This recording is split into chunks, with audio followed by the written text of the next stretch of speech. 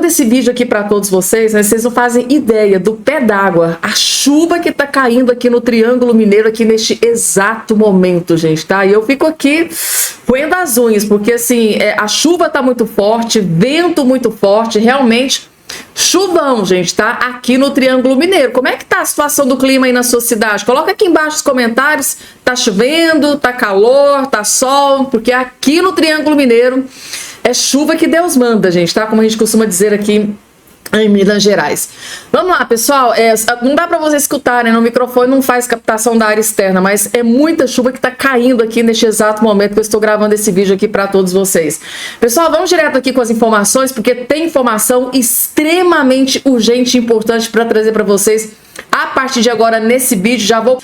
Por favor, só não esqueçam de se inscrever no canal, ativar o sininho das notificações e compartilhar o vídeo o máximo possível que vocês puderem, né? Afinal de contas, eu sei que tem muita gente que tá aí, você que tá do outro lado, você já tá inscrito aqui no nosso canal? Você já tá fazendo parte aqui da nossa família? Ainda não? Para você saber se você tá inscrito aqui ou não, é muito simples, muito fácil. É só você olhar aqui embaixo da sua tela, vai ter a palavrinha chamada inscreva-se ou inscrever-se. É só clicar em cima, clicou, automaticamente, gratuitamente, você já vai estar inscrito aqui no nosso canal. E aqui pode ter certeza que você será muito, mas muito bem-vindo. Sem enrolação, direto para a informação. Fez o golpe fajuto, o ministro do Supremo, Gilmar Mendes, declarou que a Polícia Federal pode indiciar mais gente por participação na suposta tentativa de golpe de Estado depois das eleições presidenciais de 2022. Em entrevista coletiva, o ex-presidente Jair Bolsonaro, mais uma vez, rechaçou o relatório da PF. Da minha parte, nunca houve discussão de golpe. Se alguém viesse discutir golpe comigo, eu ia falar, tá tudo bem, e o after day? E o dia seguinte, como é que fica? Como é que fica o mundo perante a nós? A palavra golpe nunca esteve no meu dicionário. Já em entrevista ao programa Oeste Sem Filtro, Bolsonaro fez novo apelo por anistia no Brasil. Para nós pacificarmos o Brasil, alguém tem que ceder. Quem tem que ceder? É o senhor Alexandre de Moraes. A anistia. Em 79, foi anistia, eu não era deputado, mas foi iniciado gente que matou, que soltou bomba, que sequestrou, que roubou, que sequestrou avião. E vamos pacificar, zero jogo daqui para frente. Agora, se tivesse uma palavra do Lula ou do Alexandre de Moraes no tocante à anistia, estava tudo resolvido. Ô Costa, e a questão é essa, né? Aquela turma que pedia anistia na década de 70, né? Anistia ampla, bom, eu tenho idade suficiente para me lembrar muito bem dessa campanha, anistia ampla, geral e restrita para essa turma toda que o Bolsonaro citou, né? Guerrilheiros que mataram, sequestraram, roubaram. A gente lembra aí, manual, falamos aqui outro dia do manual do guerrilheiro urbano, do Marighella, toda essa gente pedia anistia e era contra a censura. Agora essa turma toda não quer saber de anistia e é a favor da censura, Costa.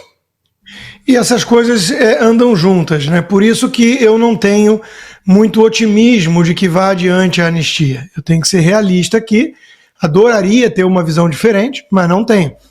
Porque, como disse o próprio Bolsonaro nessa entrevista da qual eu participei ali na bancada, né, duas pessoas tinham que ceder, o Lula e, acima de tudo, o ministro Alexandre de Moraes. Alguém espera isso deles? Eu acho pouquíssimo provável. E por um motivo muito simples, Lacombe. Eles sabem que cometeram um rastro enorme de crimes até aqui. Na verdade, a anistia que tinha que estar sendo discutida para pacificar o país é a deles. Eles cometeram crimes. Né? Aquelas pessoas do 8 de janeiro, muitas estão presas ali, condenadas a vários anos por nada, né? Não existe crime para isso, não houve uma tentativa de golpe, isso tudo são narrativas, né? O advogado do Bolsonaro teve que ir na Globo News desenhar, né? Falando, olha, lê o que está escrito lá no próprio relatório da Polícia Federal, que o presidente Bolsonaro não é mencionado como um beneficiário dessas ações supostamente atribuídas ali a alguns kids pretos das forças especiais e tudo. Então, o Bolsonaro não deu golpe nenhum. E o que a narrativa da turma da Globo mesmo, do STF e do Lula repete é que discutir o artigo 142 da Constituição é em si um golpe. Agora, é que nem a história do Pedro e do lobo. Quando você grita lobo 7 vezes no quintal e aparece um lobo lá, a tua mãe não acredita mais. Esse pessoal chama de golpe manifestação patriótica, chama de golpe opinião de jornalista de que a eleição não foi transparente, chama de golpe você criticar a postura do STF/TSE que diz nós derrotamos o bolsonarismo e que tirou o Lula com um malabarismo e o tornou elegível e tornou o Bolsonaro inelegível agora, né, depois, com base num pretexto ridículo de uma reunião com embaixadores. Então qualquer um que denuncia o verdadeiro golpe que está em curso no Brasil, né, é chamado de golpista. Então, pelo amor de Deus, essa história de que uma turma ali de força especial tramou um golpe e não foi adiante por falta de táxi e tudo mais, não convenceu ninguém. E é por isso que eu não acredito muito em anistia. Porque o intuito de tudo isso que eles vêm promovendo até agora, para mim está muito claro na minha cabeça. Nós derrotamos o bolsonarismo, confessou o Barroso um crime, né, que ele confessou ali e passou batido pela turma toda, pela elite brasileira, né? A elite que diz agora estamos ferrados, né? E que deu dinheiro para o Lula e companhia. Mas o caso é muito simples. Eles fizeram tudo o que fizeram até agora para extirpar a direita da democracia brasileira. Eles querem uma democracia relativa, que é uma democracia de gabinete, em que volta o Teatro das Tesouras, onde participa uma espécie de tucano qualquer, que se recusa a criticar esse próprio esquema, e o STF, o Alexandre de Moraes, e um petista.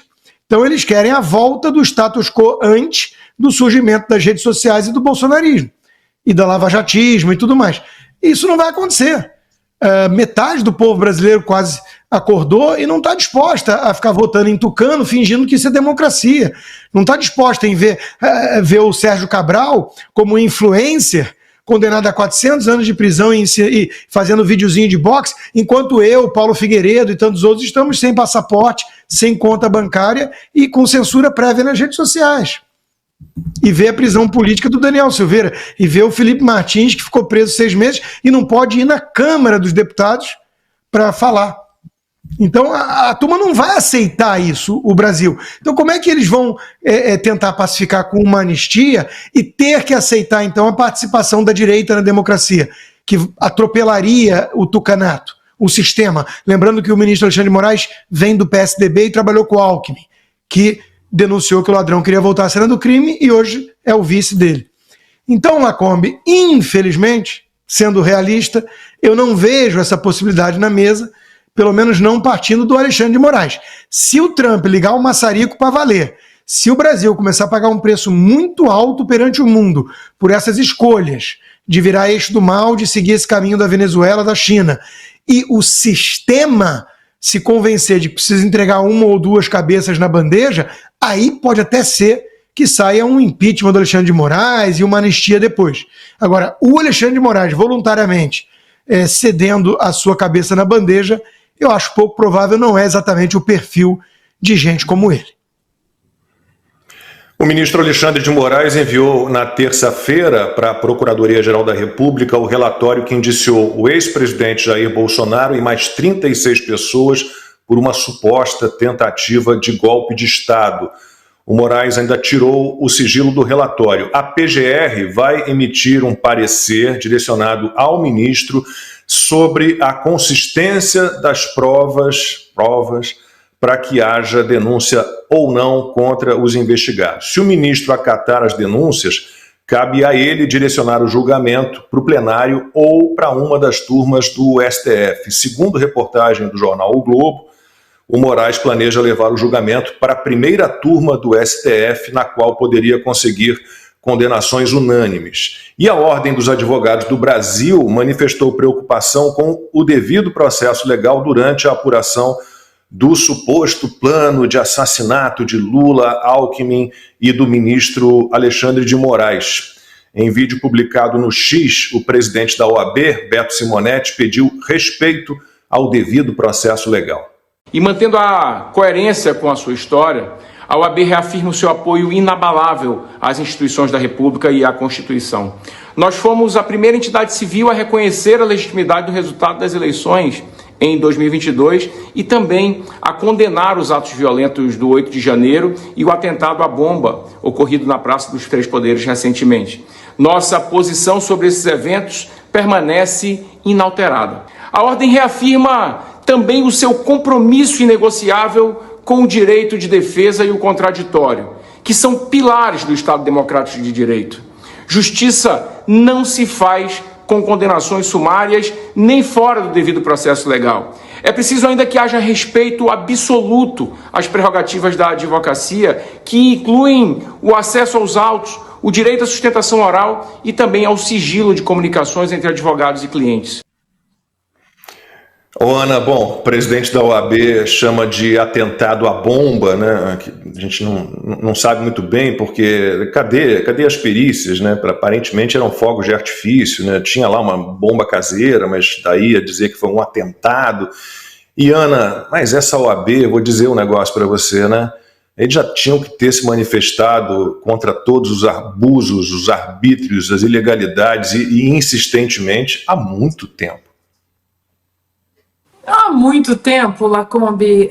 Eu peguei o nome do Beto Simonetti essa semana no Sem Filtro e repeti bastante, porque agora eles vão tentar simplesmente passar uma borracha. Não, imagina, o dólar batendo, né? Bateu 6,11, caiu depois, mas chegou a bater 6,11 às 10h15 da manhã de sexta-feira.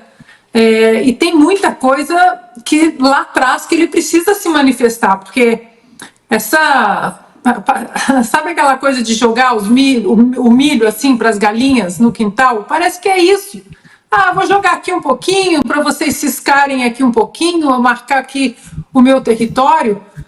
Olha, o Consta disse quantos jornalistas que estão sem passaporte, Constantino, Paulo Figueiredo, Guilherme Fiuza, Alan dos Santos, nós temos ex-deputados presos inconstitucionalmente, o Daniel Silveira, por exemplo, que recebeu a graça presidencial e recebeu também a manifestação da PGR, da subprocuradora Lindora Araújo, dizendo que a graça constitucional vejam vocês, constitucional, e que ele devia estar solto, no entanto ele está preso. Nós temos o Felipe Martins, ninguém sabe porque foi preso 6 meses, foi preso 6 meses porque teria saído do Brasil, mas até aí qual é o crime? Agora ele continua em casa de tornozeleira eletrônica, sem poder se comunicar com muitas pessoas, sem poder usar as redes sociais, sem poder dar entrevista. Foi negada agora a ida dele ao Congresso para falar no plenário da Câmara, pelo crime de... Qual foi o crime do Felipe Martins? Ninguém sabe. Agora ele quis burlar a Polícia Federal, fingiu que foi, mas não foi. Ou seja, o roteirista dessa trama no Brasil perdeu a mão completamente. E o senhor Beto Simonetti vem falar platitudes, né? Direito de defesa de quem? O senhor vai defender, doutor Beto, por exemplo, o direito de defesa dos advogados ou só daqueles que fazem parte do seu balaio? Porque o doutor Paulo Faria, que é o advogado do Daniel Silveira, por exemplo, ele está cansado de reclamar das prerrogativas dele, que são canceladas, ignoradas todos os dias. Ele já está em cortes federais, apelando... Pelo amor de Deus, cortes internacionais, apelando porque a OAB não fez o que tinha que fazer, senhor Beto. Em 2022, senhor Beto, nós fomos censurados, jornalistas. Nós não pudemos, nós fomos proibidos pela equipe jurídica de uma empresa de TV de dizer que o Lula era descondenado, corrupto, amigo de ditadores. A Brasil Paralelo foi censurada de um documentário que nem havia sido lançado ainda. Onde o senhor estava, senhor Beto Simonetti? Então, essa coisa de falar assim, para marcar um territóriozinho, não, eu falei, olha lá, tem um vídeo meu. Dê nomes aos bois, senhor Beto. Ninguém aguenta mais essa covardia que homens como o senhor, porque esse vídeo aí não vai apagar o silêncio de vocês nos últimos 3, 4, 5 anos. Tem uma matéria, para finalizar, Lacombe, é tanta coisa que vai passando na cabeça aqui da gente, né, que o sangue até ferve. Tem uma matéria na revista Oeste que mostra as 123 vezes em que o Supremo Tribunal Federal intrometeu em prerrogativas do Executivo quando o presidente era o Jair Bolsonaro. Onde o senhor estava, senhor Beto Simonetti?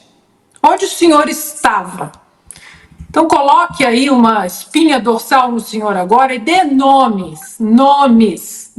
O senhor ministro Alexandre de Moraes, o Brasil não aguenta mais essa ditadura do judiciário. Porque essa coisa de falar os direitos da defesa, isso aí não cola mais no Brasil de hoje, senhor Beto, de 2024, que tem presos políticos. O Brasil de 2024 tem presos políticos. Pois é, a Ana citou aí, Flávio, o Alexandre de Moraes proibiu o ex-assessor do Bolsonaro, o assessor para assuntos internacionais, o Felipe Martins, de participar de uma audiência na Câmara. A oitiva seria por videoconferência, na Comissão de Relações Exteriores e Defesa Nacional, e estava prevista para quarta-feira. E o Felipe Martins seria questionado sobre a suposta viagem aos Estados Unidos que motivou a prisão preventiva dele, e que o Felipe provou que não ocorreu, né? Nos ofícios enviados na terça-feira ao presidente da Câmara, Arthur Lira, o Alexandre de Moraes deu ordem, a oitiva está vetada, né? O ministro ameaçou ainda prender o Felipe Martins de novo, se a videoconferência fosse realizada. O Felipe Martins, Ana, fez uma publicação no X que falava sobre isso. Quer dizer que o Felipe Martins ele resolveu simular uma ida aos Estados Unidos em dezembro por conta de algo que foi descoberto em janeiro de 2023. Quer dizer, ele saiu do país sem sair, é meio que David Copperfield, Houdini, e também é meio Nostradamus, é meio vidente, meio cartomante. E assim a gente vai, Flávio, aos trancos e barrancos.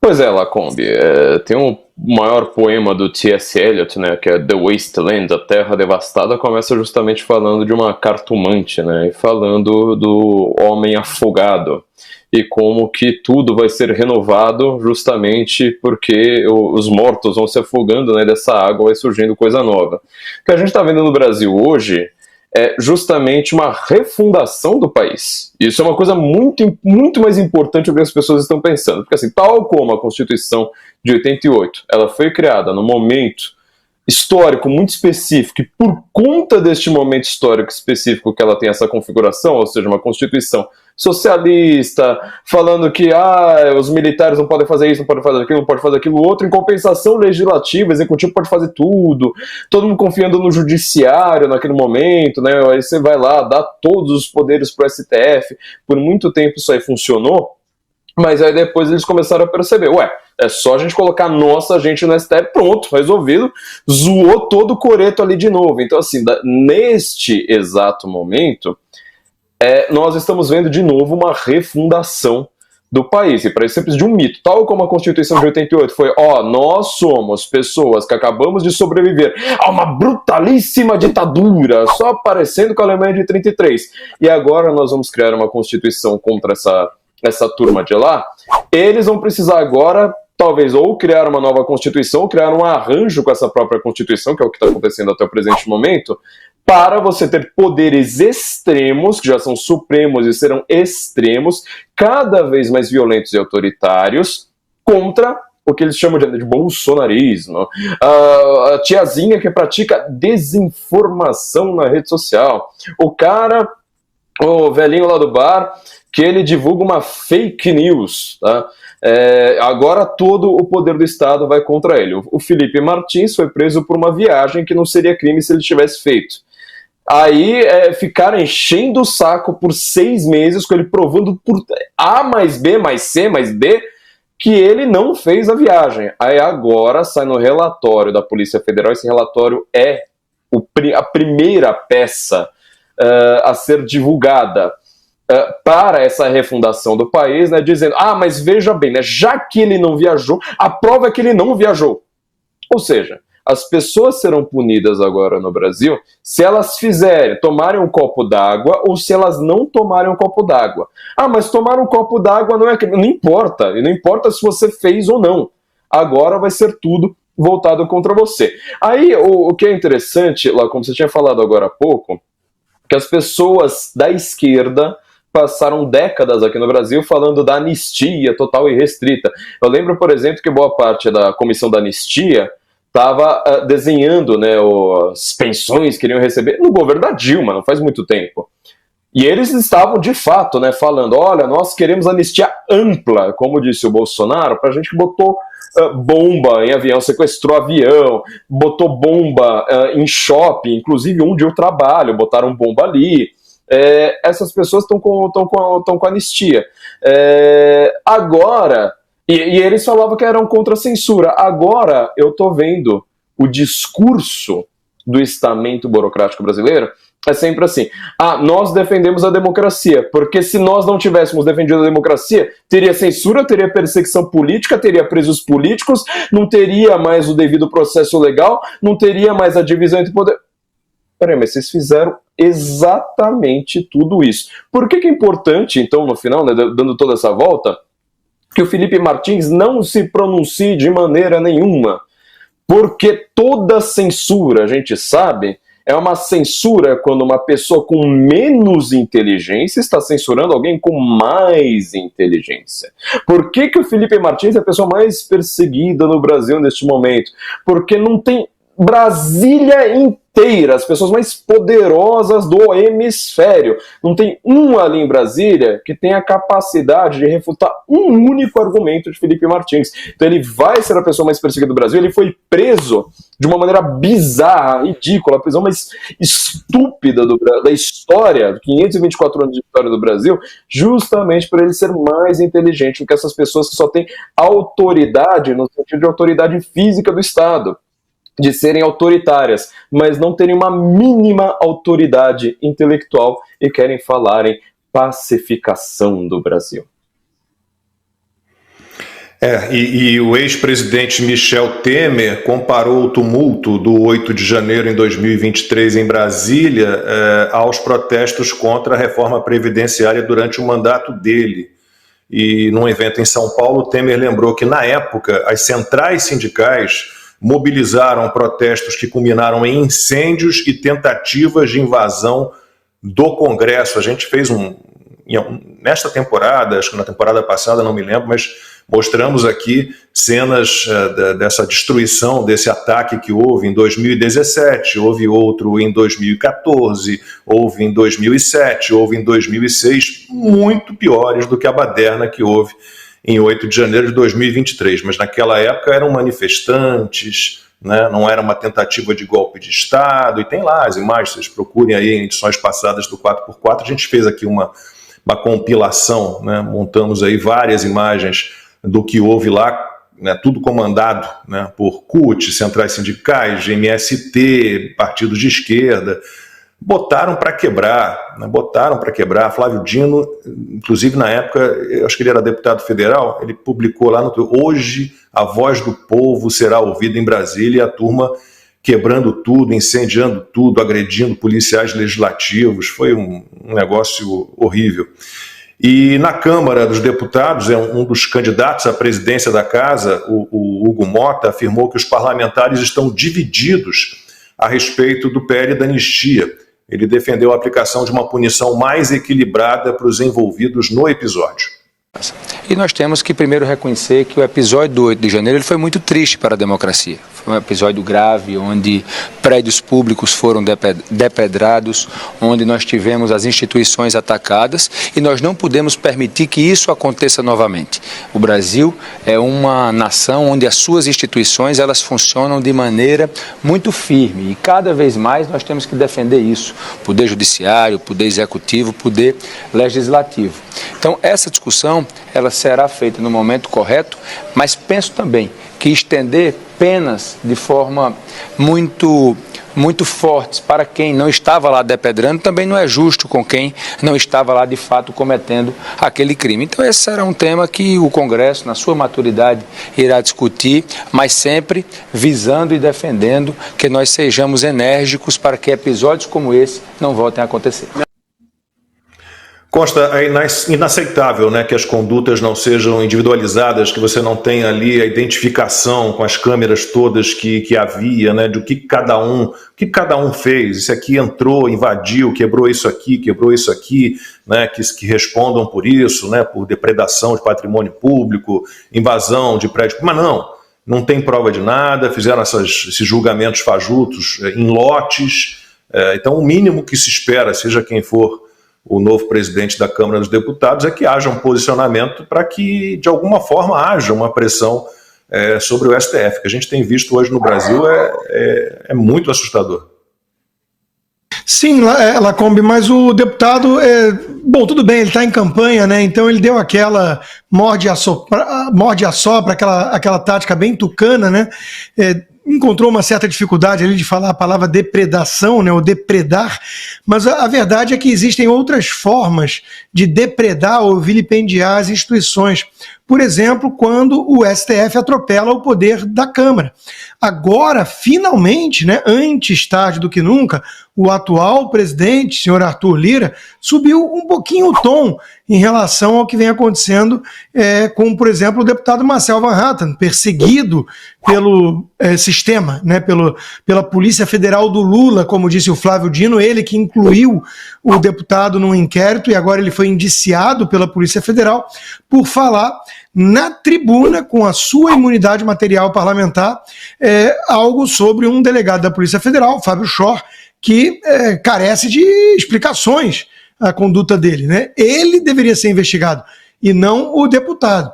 Então está tudo invertido no Brasil. Eu já disse em outras ocasiões, Lacombe, que o sujeito que aparece engravatado, bonitinho, tipo Rodrigo Pacheco, aliás, me remete muito ao Rodrigo Pacheco isso, e fala das instituições que têm que ser defendidas, porque as instituições, a democracia é muito importante, blá, blá, blá, blá, blá, blá, enquanto não fala da verdadeira ameaça que a democracia vem sofrendo, ignora o elefante fedido na sala, né, na loja de porcelana, aí não dá. Né, ficar mordendo e assoprando, veja bem, o 8 de janeiro é inaceitável, mas as penas, não acho que seja esse o caminho, não. Eu acho que a gente tem que reconhecer o seguinte, é o que você disse, muitas vezes antes na história aconteceu algo parecido, né, aconteceram episódios muito mais lamentáveis, mas sempre da esquerda, né, que promovia quebra-quebra e tudo mais, e não tem ninguém preso até hoje por isso, e ninguém foi enquadrado ali em ataques antidemocráticos e tudo mais. Aliás, a lei de terrorismo no Brasil é o que é,